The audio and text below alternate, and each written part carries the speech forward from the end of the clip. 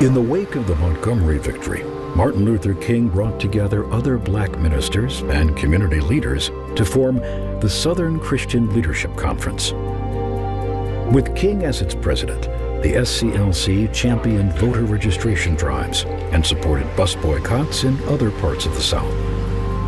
At about the same time, President Eisenhower's Attorney General, Herbert Brownell Jr., drafted a proposal for new civil rights legislation. It was universally opposed by Southern legislators. Nevertheless, Senate Majority Leader Lyndon Johnson guided a diluted bill to final passage by a 60-15 vote, establishing the Civil Rights Act of 1957. The NAACP's Roy Wilkins dismissed it as a crumb from Congress.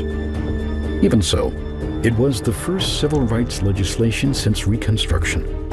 The law provided new authority to the Justice Department to oversee elections and investigate officials who interfered with voter registration.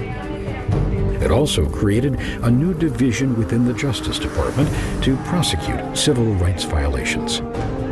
The legislation was a symbolic victory for King and other civil rights leaders, but not enough to silence their rising demand for full legal, economic, and social equality.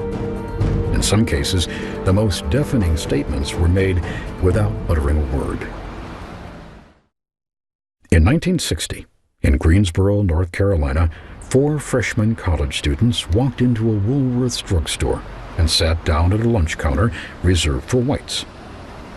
The Greensboro Four, as they became known, were refused service, but they remained seated in silent protest until the store closed.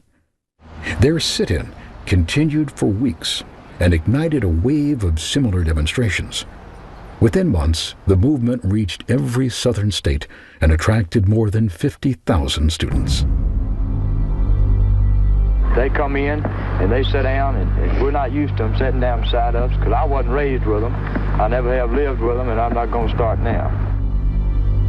Demonstrators encountered humiliation, abuse, and police harassment. I told you you're not welcome in the store, all right? But they held fast to their principles of passive resistance.